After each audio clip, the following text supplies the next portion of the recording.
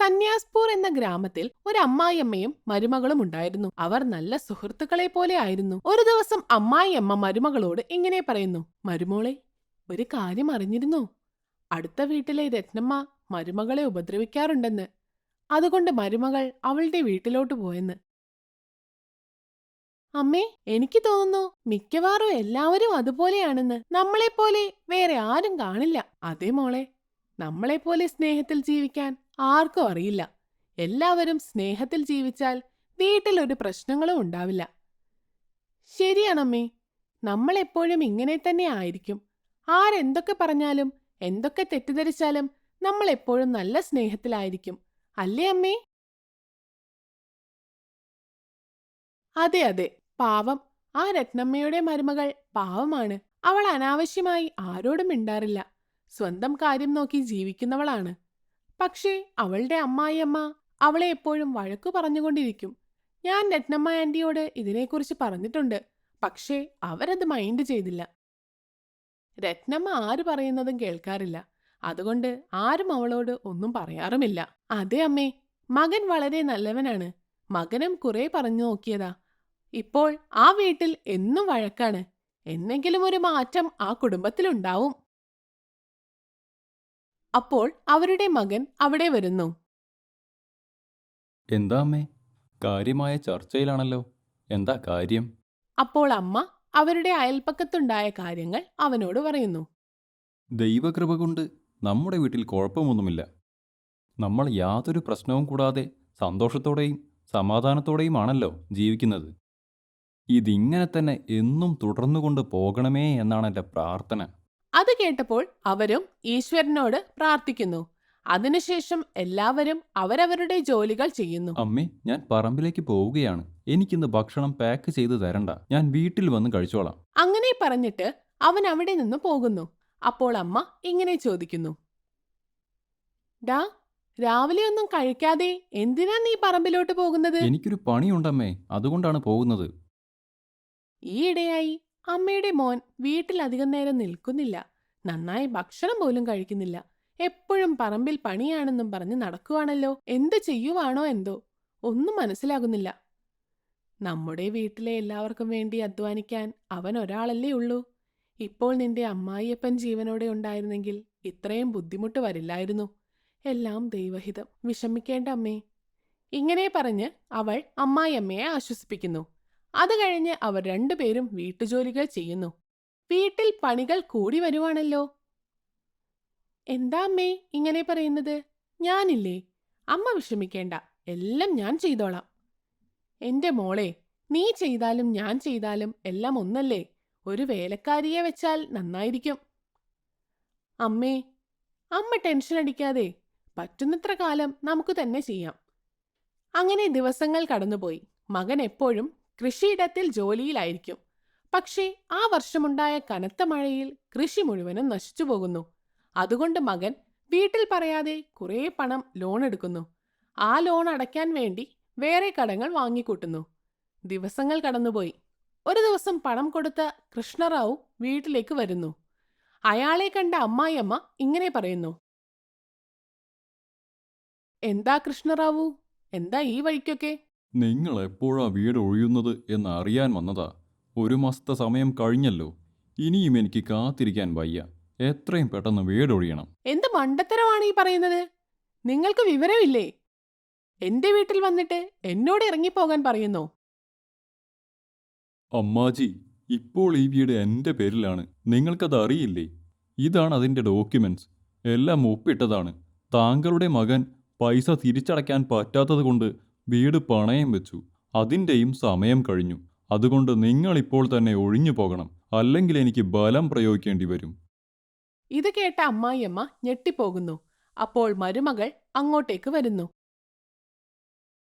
ഞാനെല്ലാം കേട്ടു. എന്താണ് ശരിക്കും ഉണ്ടായത്? മരുമകൾ അങ്ങനെ ചോദിച്ചപ്പോൾ എല്ലാ കാര്യങ്ങളും പറഞ്ഞുകൊണ്ട് അയാൾ ഡോക്യുമെന്റ്സ് കാണിക്കുന്നു. ഇതെല്ലാം കേട്ട മരുമകൾ വല്ലാതെ ടെൻഷനാകുന്നു. അമ്മേ, വിഷമിക്കേണ്ട. നമുക്ക് വേണ്ടിയായിരിക്കും ചേട്ടൻ ഇങ്ങനെ ചെയ്തത്. പക്ഷെ എന്തു പറയാൻ, നമ്മുടെ വിധി. അമ്മ കരയാതെ. കരയല്ലേ അമ്മേ? നമ്മുടെ പൂർവികരുടെ ഈ വീട് പണയം വെച്ച് അവൻ വലിയ തെറ്റാണ് ചെയ്തത്. അങ്ങനെ പറഞ്ഞ് അമ്മായിയമ്മ കരയുന്നു. അവർ രണ്ടുപേരും അവരുടെ സാധനങ്ങളൊക്കെ എടുത്ത് വീട്ടിൽ നിന്ന് ഇറങ്ങുന്നു. അവർ പോകുന്ന വഴി മകനെ കാണുന്നു. നീ എന്ത് പണിയാണ് ചെയ്തത്? വീട് പണയം വെച്ച് നീ ക്യാഷ് കടം വാങ്ങിയോ? ഇനി എന്തു ചെയ്യും? അമ്മേ, ഞാൻ കുറെ കാശ് കൃഷിക്ക് വേണ്ടി കടം വാങ്ങി. ഇതറിഞ്ഞാൽ അമ്മ വിഷമിക്കും. അമ്മയെ വിഷമിപ്പിക്കേണ്ട എന്നു കരുതി ഞാൻ പറയാതിരുന്നതാ. അങ്ങനെ മകൻ എല്ലാ കാര്യങ്ങളും അമ്മയോട് പറയുന്നു. അമ്മ അതെല്ലാം കേൾക്കുന്നു.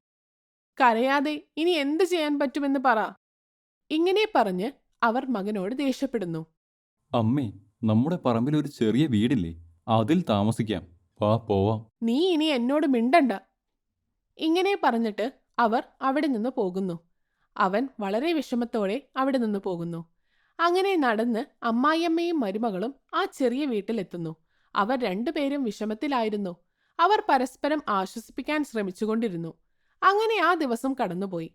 വൈകുന്നേരമായിട്ടും ഭർത്താവിനെ കാണാത്തതുകൊണ്ട് മരുമകൾ അമ്മായിയമ്മയോട് ഇങ്ങനെ പറയുന്നു. അമ്മേ, ചേട്ടൻ ഇതുവരെ വന്നില്ലല്ലോ.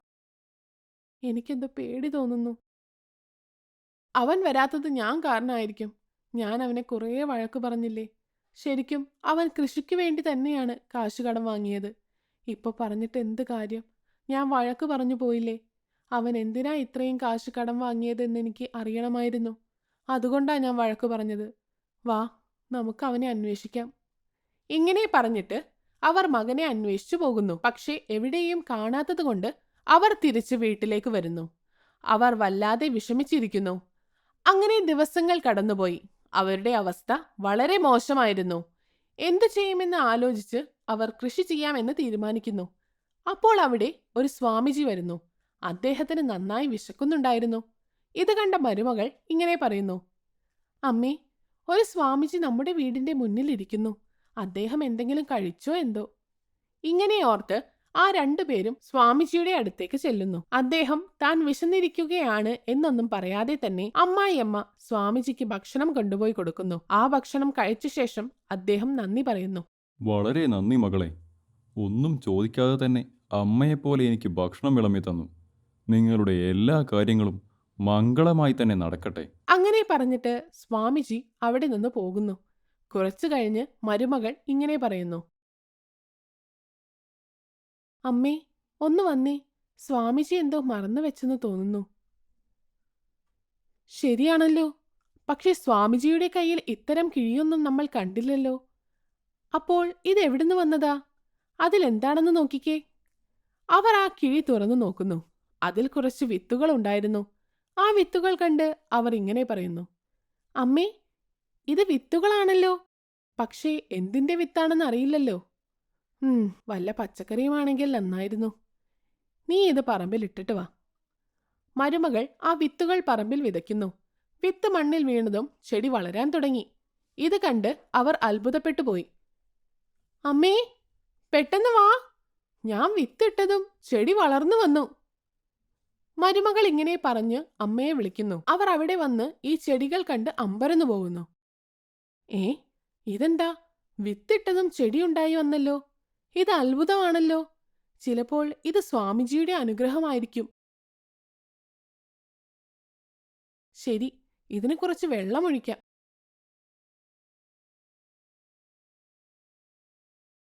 അവർ രണ്ടുപേരും ചേർന്ന് ഈ ചെടിക്ക് വെള്ളമൊഴിക്കുന്നു. അവർ ചെടിക്ക് വെള്ളമൊഴിച്ചതും അതിൽ നിന്ന് കാശുണ്ടായി വരാൻ തുടങ്ങി. ഇത് കണ്ട് അവർ രണ്ടുപേരും അത്ഭുതപ്പെട്ടുപോയി. അമ്മേ, അമ്മ പറഞ്ഞത് ശരിയാണ്. ആ സ്വാമിജി നമ്മുടെ ബുദ്ധിമുട്ടുകൾ മാറ്റാൻ വന്നതായിരുന്നു. ഇതെല്ലാം അദ്ദേഹത്തിന്റെ അനുഗ്രഹമാണ്. അവർക്ക് വലിയ സന്തോഷമാകുന്നു. അവർ എല്ലാ ചെടിക്കും വെള്ളമൊഴിച്ചപ്പോൾ എല്ലാ ചെടിയിൽ നിന്നും കാശുണ്ടായി വരാൻ തുടങ്ങി. അവർ ആ കാശെല്ലാം എടുത്ത് വീട്ടിൽ കൊണ്ടുപോയി വെക്കുന്നു. അമ്മേ, ഇപ്പോ ഇവിടെ ചേട്ടൻ ഉണ്ടായിരുന്നെങ്കിൽ എന്ന് ആഗ്രഹിച്ചു പോവുകയാണ്. ഇതുവരെ ചേട്ടൻ വന്നില്ലല്ലോ. എവിടെ പോയി, എന്തു ചെയ്യുവാണ് എന്നൊന്നും അറിയാൻ പറ്റുന്നില്ലല്ലോ. പാവം. ആ സമയം മകൻ അങ്ങോട്ടേക്ക് വരുന്നു. അവനെ കണ്ടതും അവർ രണ്ടുപേരും വളരെ സന്തോഷിക്കുന്നു. ഞങ്ങളെ ഒറ്റക്കാക്കി നീ എവിടെ പോയതായിരുന്നു മോനെ? അമ്മേ, ഞാൻ പട്ടണത്തിൽ പോയതായിരുന്നു. അവിടെ അധ്വാനിച്ച് ഞാൻ കുറച്ച് കാശുണ്ടാക്കി. നിങ്ങളുടെ മുന്നിൽ വരാനുള്ള നാണക്കേട് കൊണ്ട് വരാതിരുന്നതാണ്.